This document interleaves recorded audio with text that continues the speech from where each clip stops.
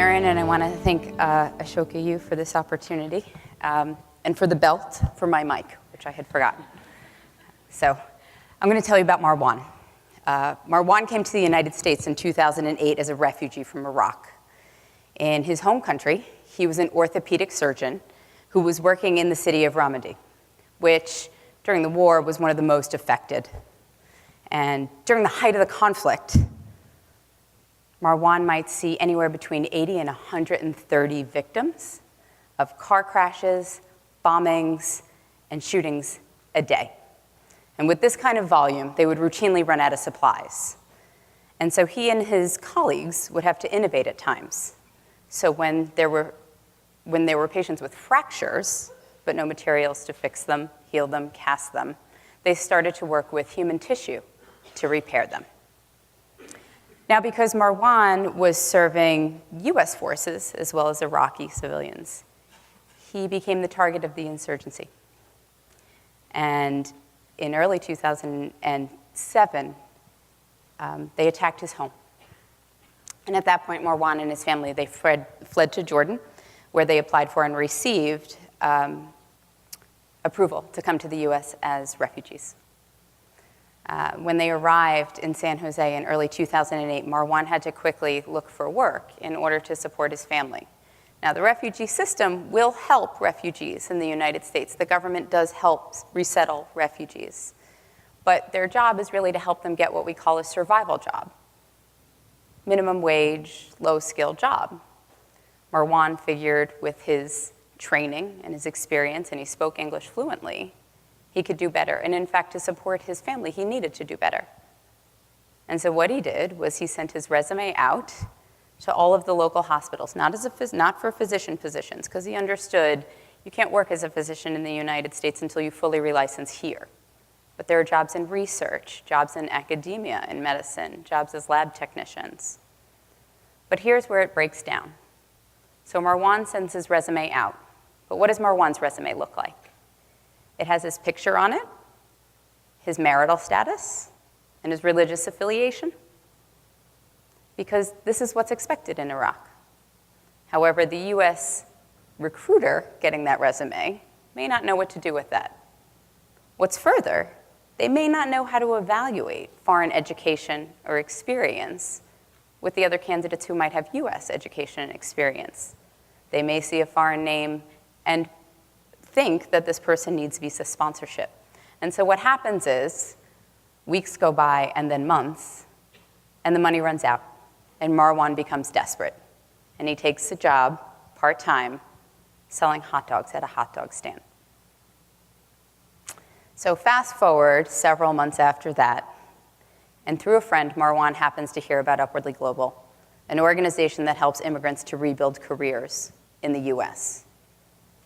He's a little skeptical, but after a time figures he has nothing to lose.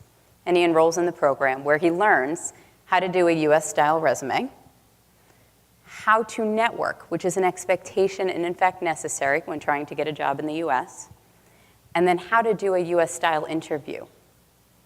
And with his new resume, and with the help of Upwardly Global, he connects with an employer partner, and he secures an interview as a lab technician with Tissue Bank International, which is a network of about 33 labs that collect and parse eye tissue that helps to restore sight, and musculoskeletal tissue that helps to repair mobility.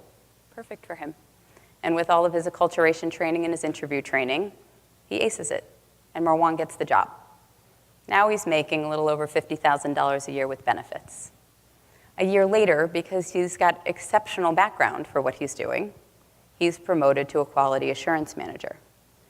Maybe even more amazingly, he develops and patents a prototype for the methodology of repairing fractures that he had piloted during his time in Ramadi.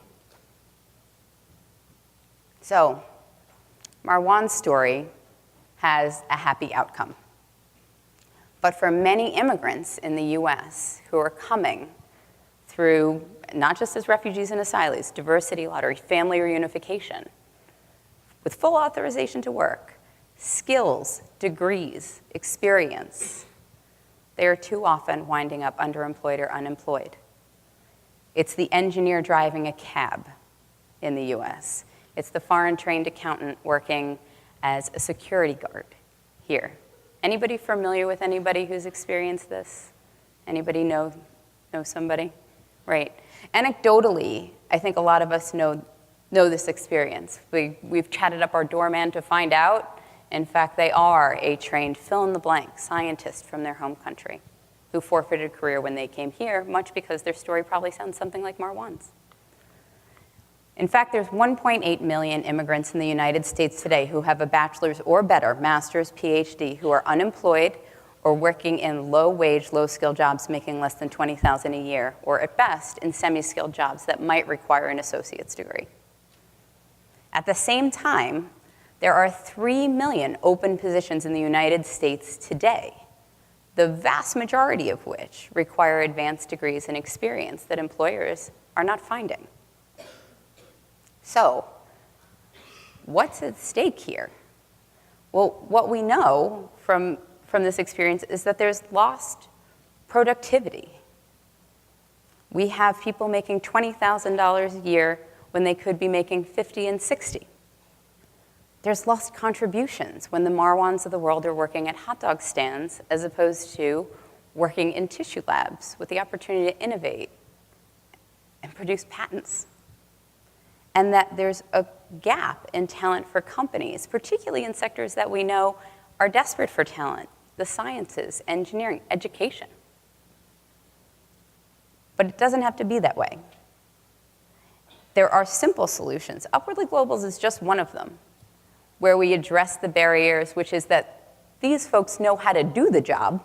They just don't necessarily know how to get the job. Beyond that, there are solutions being developed in the field, helping to meet financing requirements for those who need to relicense, opening up information to making that process clearer, local initiatives in cities that are trying to lift skilled immigrants in order to meet local employer need. And then what would happen if we did more of this? We would fill in-demand jobs in the economy. In a 2-year period between 2011 and 2012, Upwardly Global placed 561 job seekers back into their first professional position. 63% of those job seekers were meeting what employers say are the top 10 hardest to fill positions. I'm referring to the same Manpower report that Erin did earlier when she introduced the panel. We're foregoing community leaders that we could otherwise have access to. One of our job seekers, Alpha So, came to the US. He had been a CFA and an MBA from his home country of Guinea. He spoke 3 languages. What was he doing here? Working as a security guard on a night shift. He had a wife and 2 children. When he finally got back into his career field, he was working normal hours, family-sustaining wages. What did he do? He started to be able to do homework with his son, and he joined the PTA. And we also know that when you have people who are making $20,000, less than that, going to making $50,000, $60,000, and well beyond, what we gain are millions, hundreds of millions in tax revenue, consumer spending, and the spillover jobs created by filling these in-demand positions in the economy.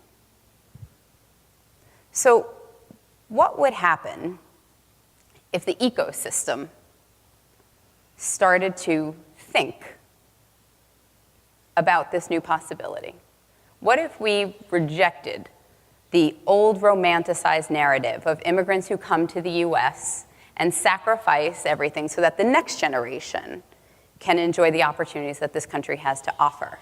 What if we saw a United States that recognized this talent pool and wanted to lift it for the good of all? Well, here's what you'd have. You would have hundreds of thousands of more people optimized. You would have families earning hundreds of thousands of more in income a year who are currently struggling. You would reduce government benefits. You would narrow the skills gap. You would increase US competitiveness, and you would ensure that the US could continue to attract the world's brightest and most ambitious. So the question is what would happen if you thought this way? So here's what you would do. You might volunteer or mentor an immigrant who's come to the US and trying to rebuild. It is just critical information about how to do the job search, maybe industry information specific to your field. Or maybe it's just providing for the person sitting across from you, reflecting back to them that you see the professional they were, and giving them back the confidence that they need, which is always the beginning of everybody's successful journey in rebuilding. If you're an employer and you don't have to be an HR or a line manager to do this, you can encourage your companies to reach out to this population and encourage those with foreign education and experience to apply. You can look to the kinds of programs, midternships, for example, programs that bring people in to use their skills and experience in internship positions, not early career, but mid-career, where the company benefits and the job seeker gets an opportunity to learn the US workplace. You can advocate to local policymakers to include skilled immigrants in policy. Or you can just apply the immigrant lens to whatever you're doing. Challenge you to go back and figure out what you might do. There are many would-be social entrepreneurs in the room, and there are many places to play in this space. So I'm very humbled by the immigrant experience. My grandfather came in the early 1900s, and his mother, like so many immigrants, brought her children here to find a better life. They risked everything. They came to a place they didn't know the language, and they barely knew anyone, for the chance to achieve a dream. What I see for us is the 21st century face on our proud heritage as a nation of immigrants, because this is a solvable problem. And we can make it a given that the Marwans and that the Alphas rebuild their careers, not by chance, but because we believe that this is what's necessary for the country. We can ensure that we maintain that proud heritage. Thank you.